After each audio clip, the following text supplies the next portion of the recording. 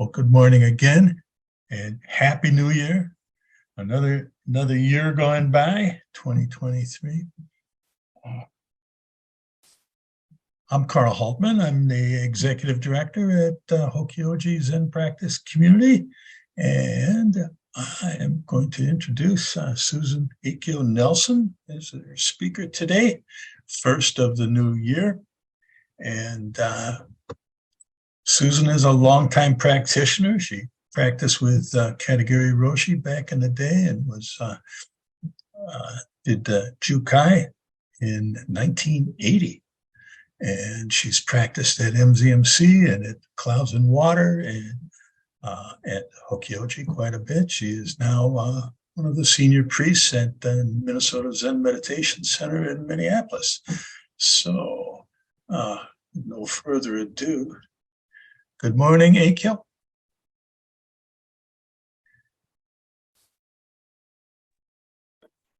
Well, good morning, everyone. So nice to see some different faces here this morning. And yes, it's a new year. So how are your resolutions going?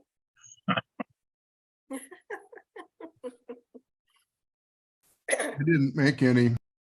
You didn't make any. Neither did I.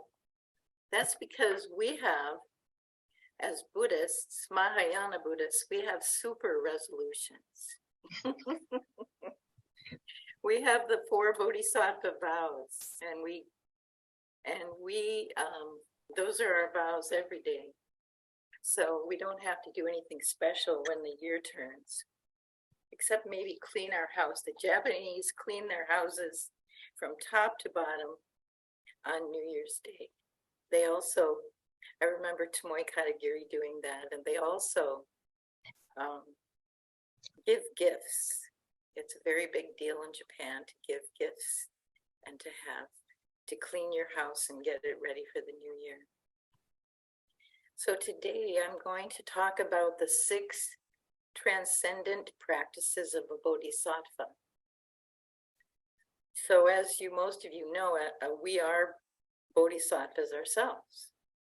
We are awakening beings. There are the great Bodhisattvas in Buddhism, like Avalokiteshvara, Manjusri. There's legions of them. Sambhogakaya Bodhisattva. There's many Bodhisattvas who embody these heroic practices. The heroic practices of just being with ourselves. That's the main one that we practice in Zen, is just being present with the moment and with ourselves. Good morning, Ken and Barbara.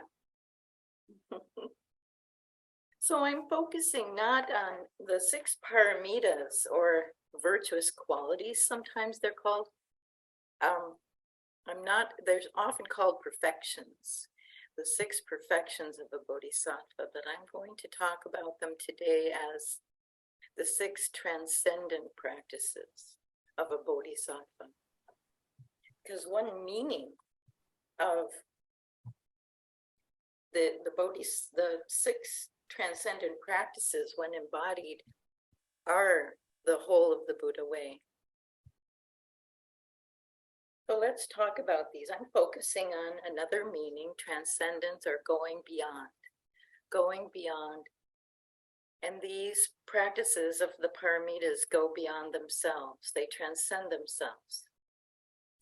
So that's why they're called 6 transcendent practices. So at the most basic level, the Bodhisattva transcends the 2 extremes of grasping at or ignoring these practices. The middle way of Bodhisattvas practicing them is being mindful of them and embodying.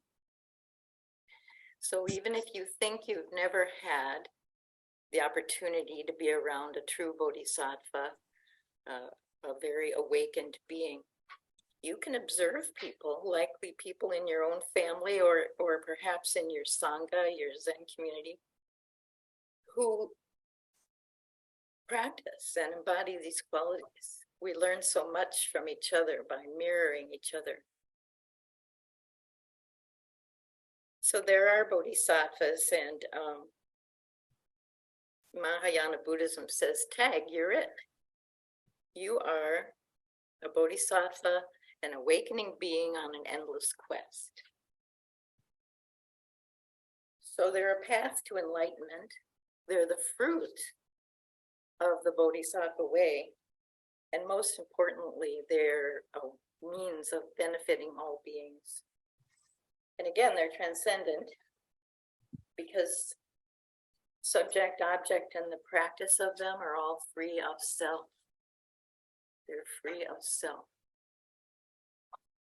So this heroic Bodhisattva ideal is fundamental to Mahayana Buddhism. So we chant these 4 Bodhisattva vows every Sunday after the talk. I'm wondering, do you mindlessly chant those vows? Or do you actually think about what you're saying? That's religion, right? When we start to just repeat things that are in our liturgy, but we're not really engaged with them. That's religious practice oftentimes. Anyway, that's how it seemed when I grew up. Do you dismiss them as merely a fantasy of great proportions, that we could possibly free all beings, that we could possibly end all suffering?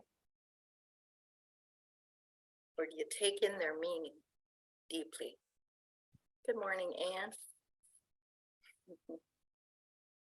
So we chant these throughout our life of practice. And these are like birthdays in Buddhism, a continuation, not a goal to be met one time and then they never have to be met again. So this ideal of the solitary arhat that gains enlightenment and freedom, ultimate freedom for themselves, is not our deal in Buddhism. Our deal is that, yes, we want to awaken. We want to personally awaken, but we're not going to do that until everybody can be awake. We're not going anywhere, in other words. We're vowing to stay here, to stick with life. So the life's work of a bodhisattva, and that's you and me, is to alleviate suffering. To alleviate the suffering, first of ourselves, and then of everybody that we encounter. At least we wish that for them.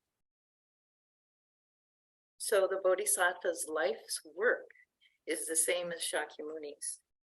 His entire focus of teaching was to end suffering. That's all it was. And when asked what he was after his enlightenment, he said, I'm awake. I am awake. So that's what becoming awake is about. It's about awakening together, all of us, not just on our own, in our own little sphere. So he was awake to this human condition that we all share, that of, yes, joy, but also distress.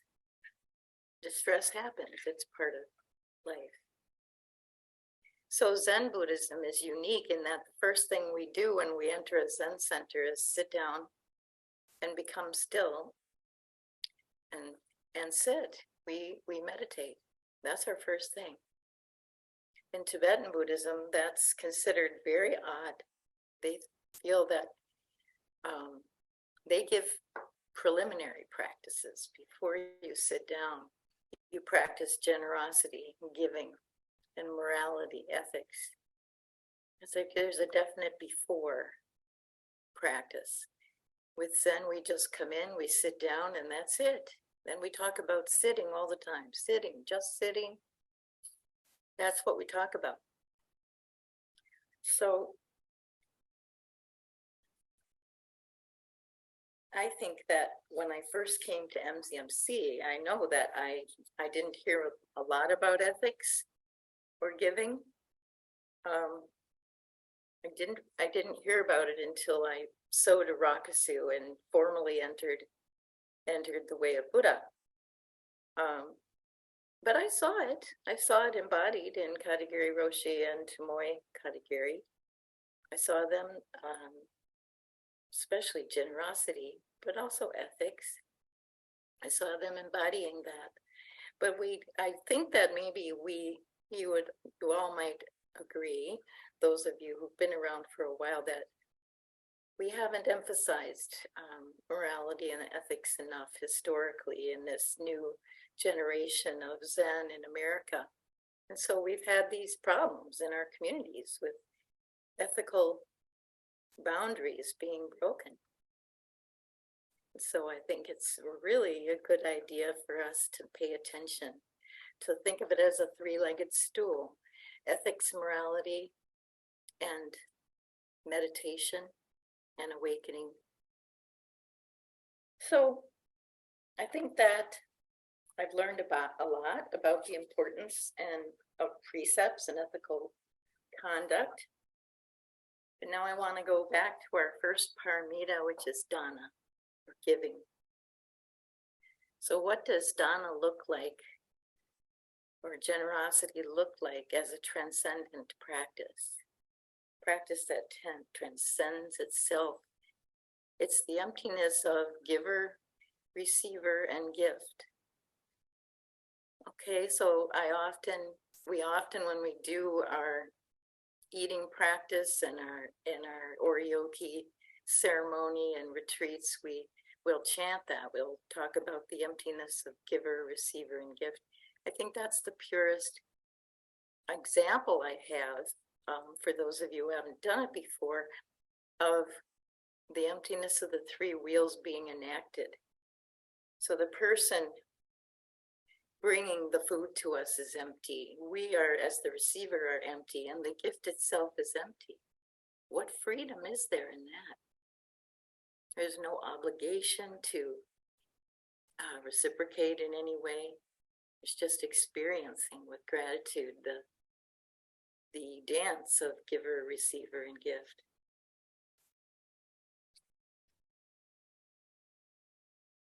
So we acknowledge that this food given to us helps us with our practice, helps us keep going, keep sitting on the cushion, keep bowing to do our best to embody the Bodhisattva way.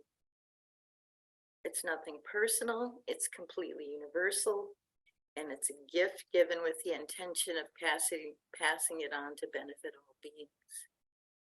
That makes it a little bit special, right? Although in Zen we say nothing special.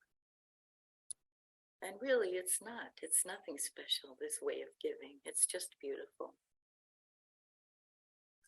So in his book on the paramitas, Norman Fisher gives some examples for practicing generosity in a creative way. He's a very creative Zen teacher. So number one, share your happiness. This is subtle, but it's really important, right? Being around happy people rubs off on us. We feel better in their presence.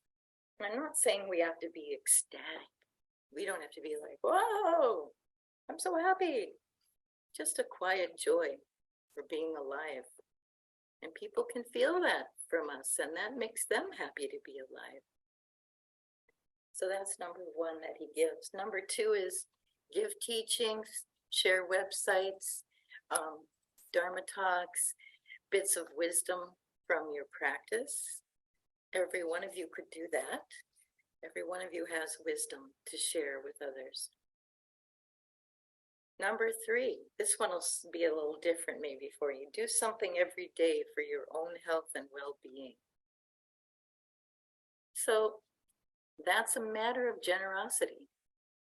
If we can give to ourselves, then we can very well give to others very easily, or even have a generosity of spirit. Because if we're not generous with ourselves and our own needs, then it's harder. So giving to ourselves is giving to others. So we do something, we practice something that's good. every day for ourselves. This one is, I like this one, number 4, give flowers on a distant hillside. Give flowers to the world, even if they don't belong to you. They don't belong to you. None of them do belong to any of us, but we can give them anyway to each other.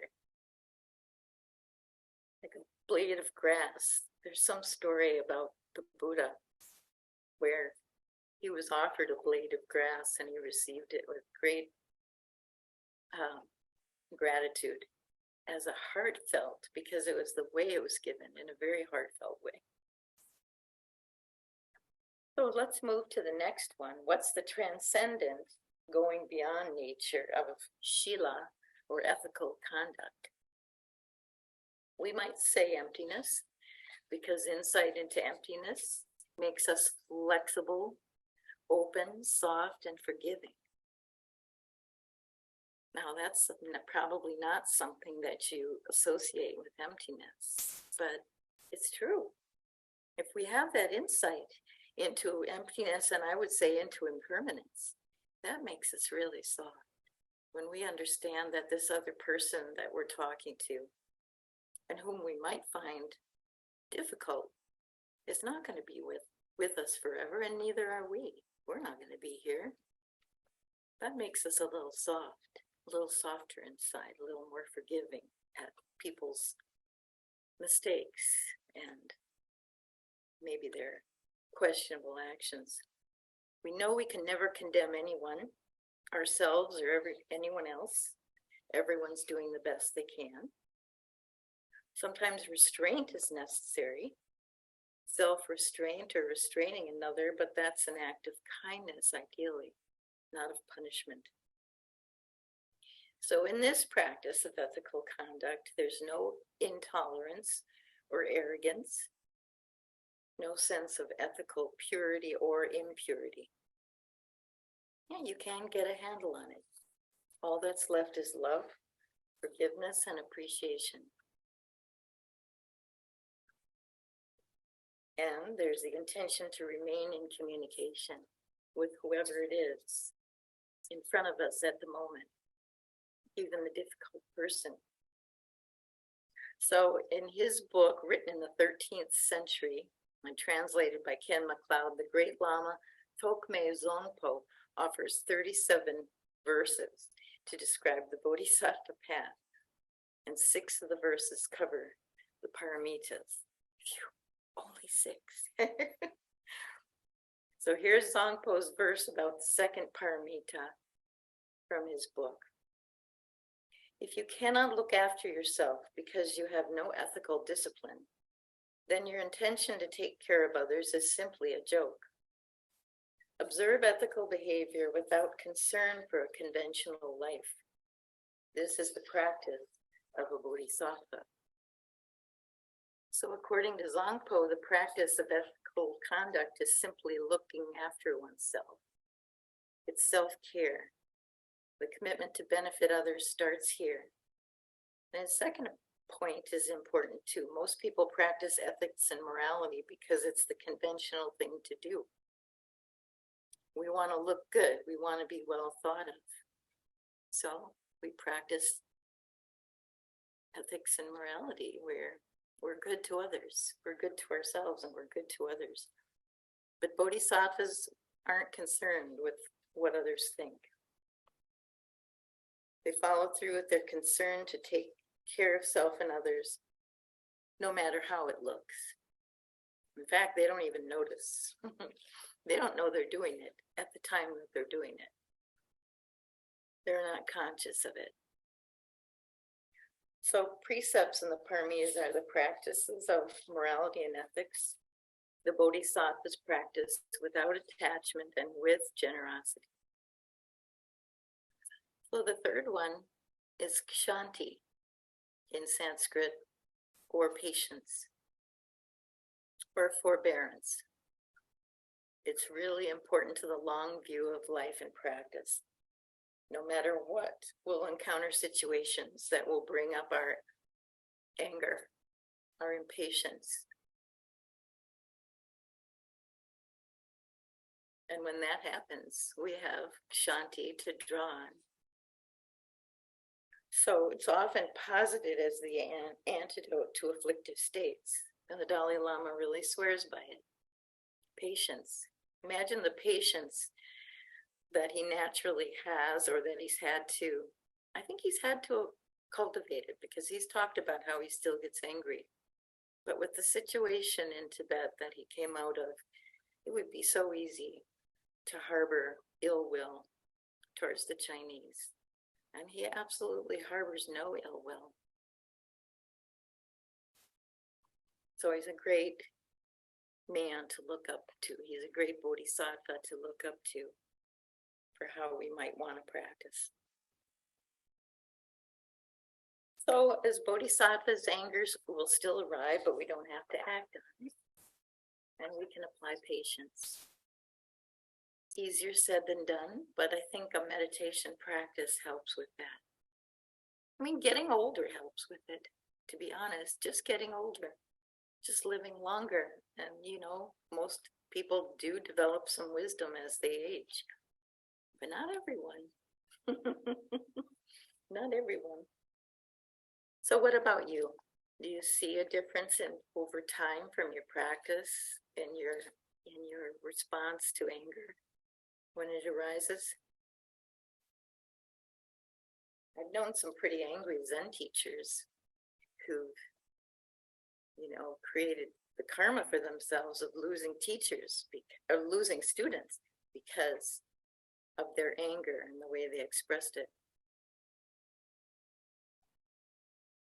Their wisdom has grown out of that loss. My anger has been tamed through my practice and through reflection and through study. When we say practice, we mean not just sitting on a cushion, we mean study and reflection and sitting on a cushion and applying what we study. So, Bodhisattva that remembers how to practice patience with anger is, as a transcendent, skillful means,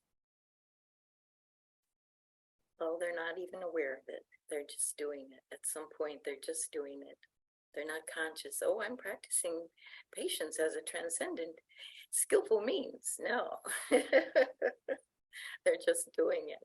And that's why those people are people we want to emulate, and we watch them because they effortlessly show us what we want for ourselves.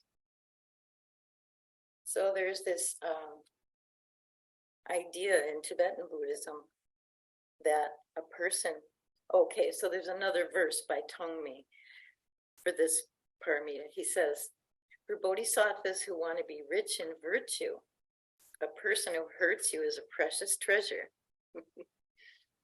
Cultivate patience for everyone without irritation or resentment. This is the practice of a bodhisattva.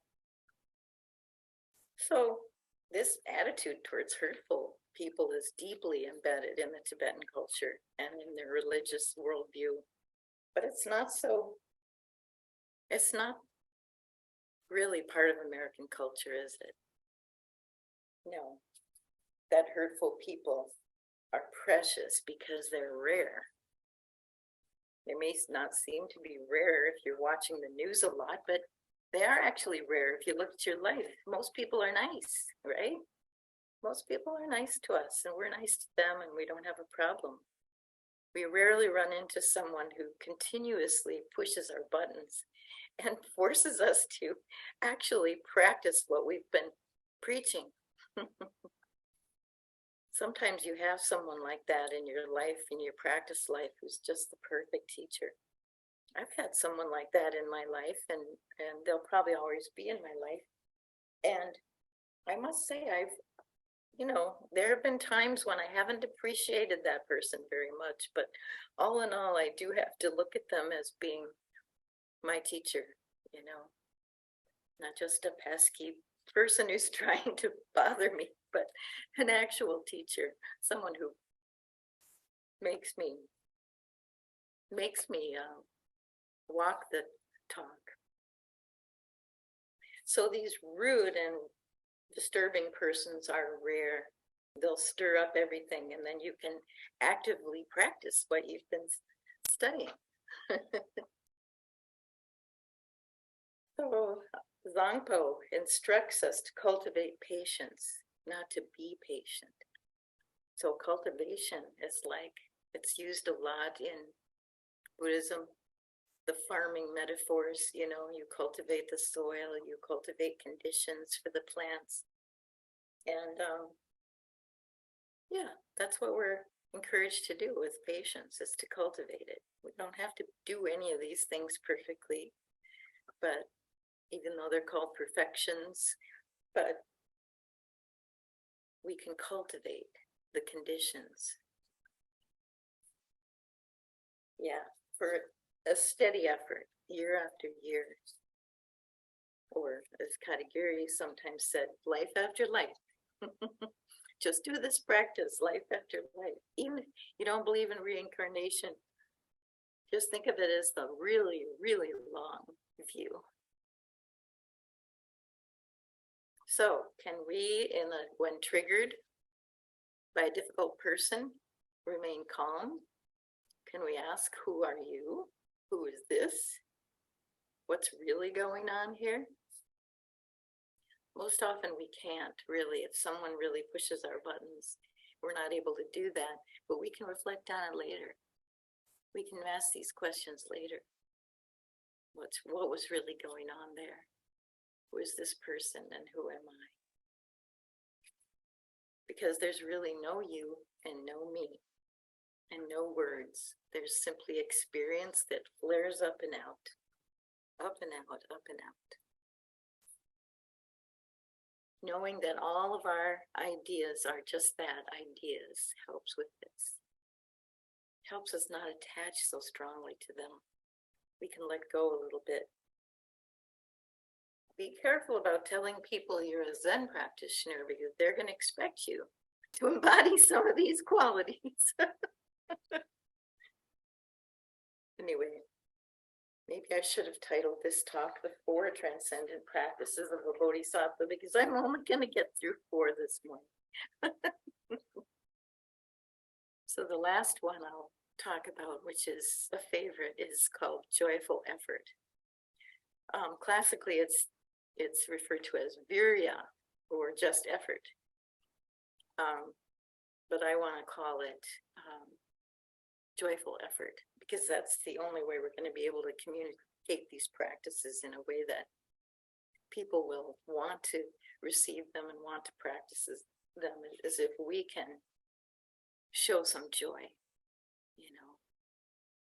Just makes for a lighter load going forward, and it helps to have people in your life that also embody that joyful effort, especially about their practice. So virya is translated as energy or even zest. It implies irrepressibility. It's like the toy in Japan. That's a little weighted doll, a Bodhidharma doll, and you whack it and it tips all the way over, and then it stands right up again. It's like you're playing whack-a-mole. We can see the pop back up as the characteristic, as the main characteristic of a bodhisattva, is that we pop back up from adversity. And we can do that because we have some joyful effort involved.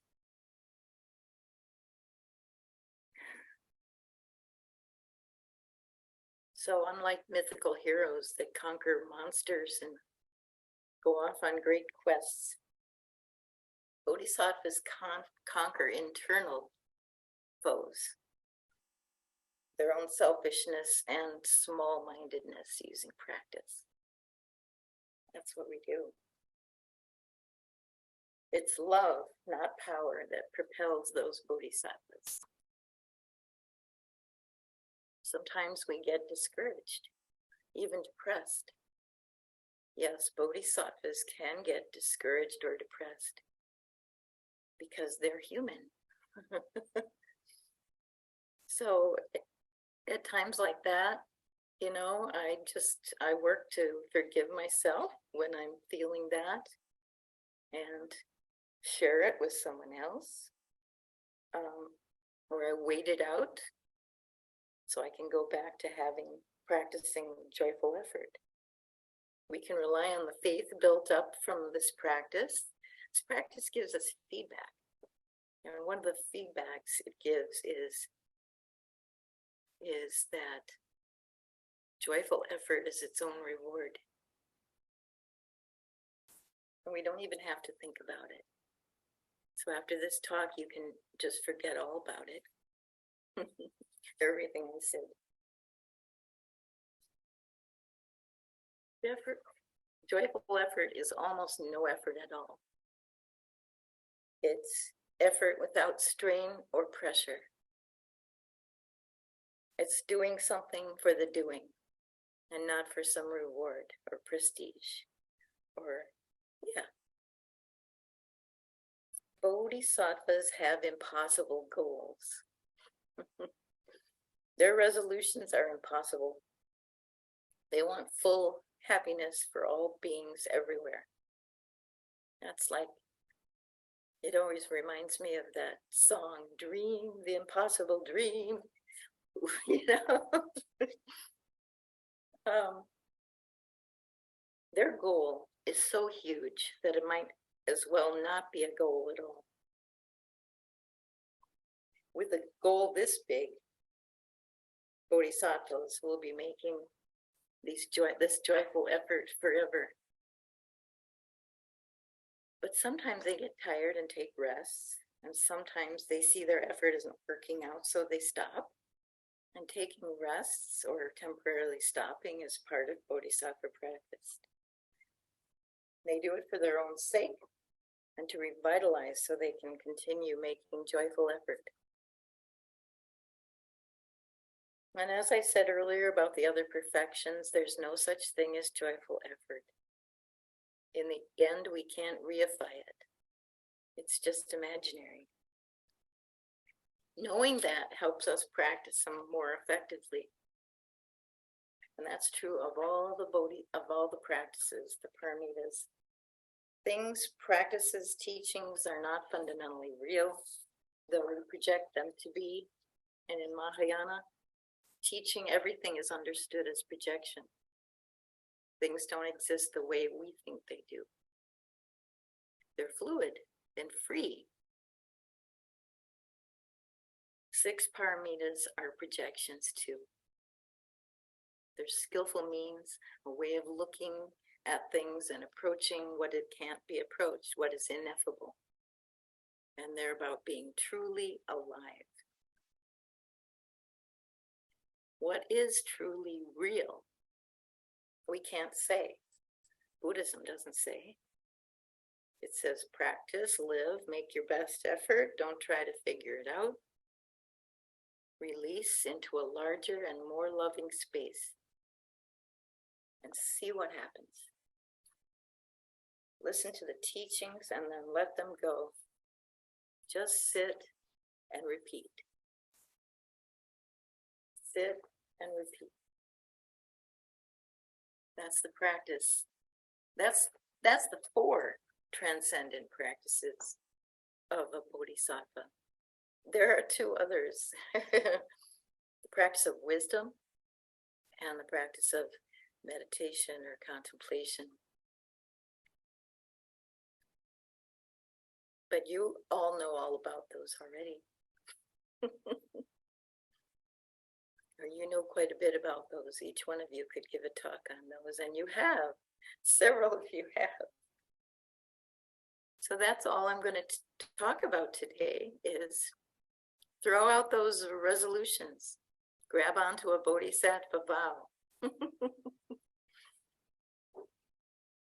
And when I ask you if you just read them without thinking about them, if you recite them from rote, the reason I know about that is because I've done that. I do that. I don't always think deeply about those vows when I recite them. So what are your, maybe we could have you share now. What are your big vows for this year? Do you have any? Howard has none.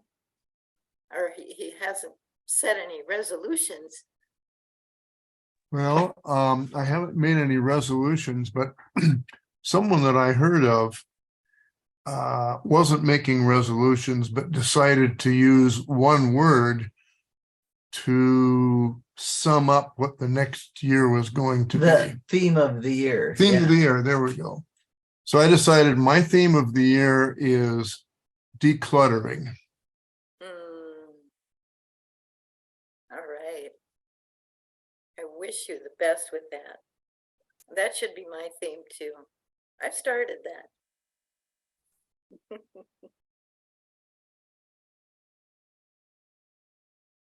Anyone else want to speak about the difference between a vow and a resolution? Or Tim? Just so we were talking of the word for this year or whatever, this morning I was going through, my mom has done stand-up storytelling, and she wrote up all her notes and gave it to the kids, and we're having some of them typed up. And this is one of her favorites. It got, I won't do the whole stand-up talk, but she had a letter to the editor. There was some challenge some newspaper person had given for the word for the year. And my mom's got first place. So at the end of the column, the journalist wrote, Elaine Macejack submitted her word the old-fashioned way, handwritten on letterhead stationery. Yeah, she doesn't have email. She won't do email, texting, none of that anyways. This is what she wrote. Smile. That was going to be the word for the year. That's the word I have picked to guide my new year. That's the one word that changes everything. It makes you feel better. It even works on days when you have to force it. It also makes everyone you meet feel better. Best of all, it takes no extra time. You don't have to work to fit it into your routine. It's the one resolution you have a chance of keeping. So it's right here on my desk, like 2 feet away from me. You're talking the word for the year. So anyway, there you go.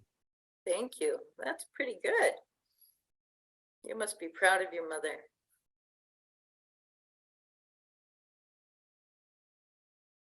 Ken, hi. You're muted. You have to push the mute button, the little red. There, now. Here. Is that Okay. better? Yeah, we hear you. Good. I'm sorry I can't hear well enough to comment in much detail because I couldn't understand the language. I don't know what it is in this system that makes it so hard, but I could understand a few things, and I really appreciate the energy and clarity behind your speaking and your presence.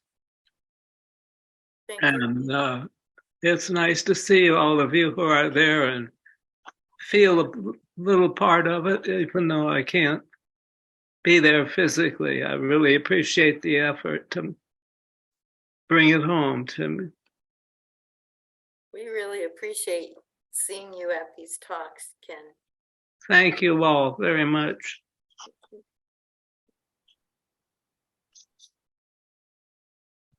I am wondering, is there a way that Ken could get a written script of the talks? Well, we don't have transcripts of the talks. We have recordings. Right. Yeah, we don't have transcripts. We haven't gotten that far. This is like a big stretch for us to have created this Sunday talk, offering here at Hokyoji by Zoom. So we have not gotten to the point of transcripts, no. Kikon does transcripts of of Katagiri's talks. And he has a website, but yeah.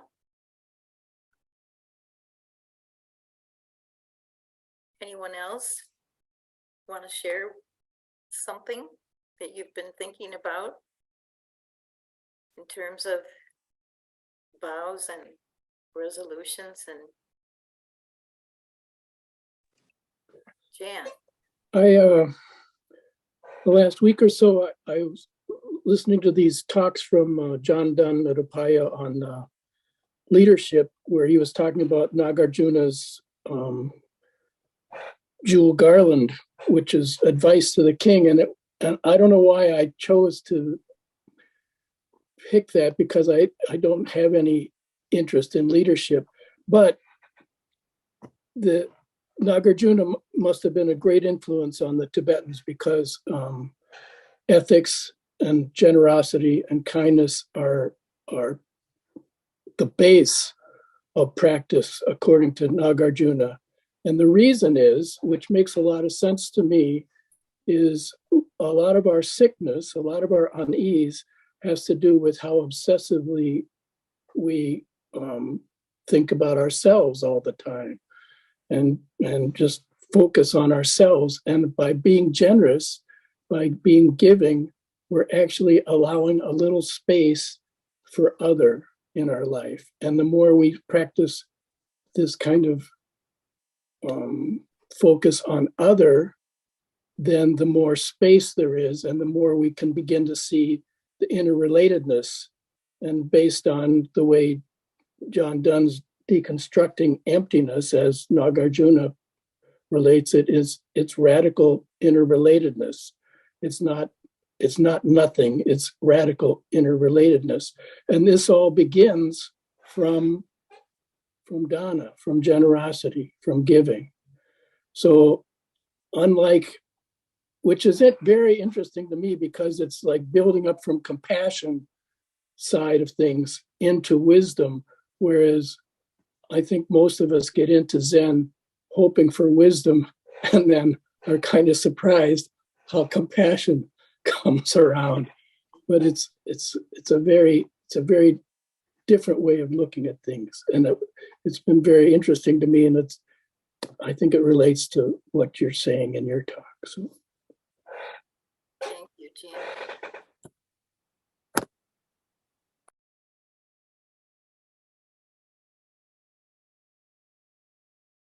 Well, it looks like we're coming to the end of comments and questions. So I will say thank you. I feel very blessed to be able to share my ideas and the things that I think about and want to practice. And I appreciate having this opportunity. So thank you.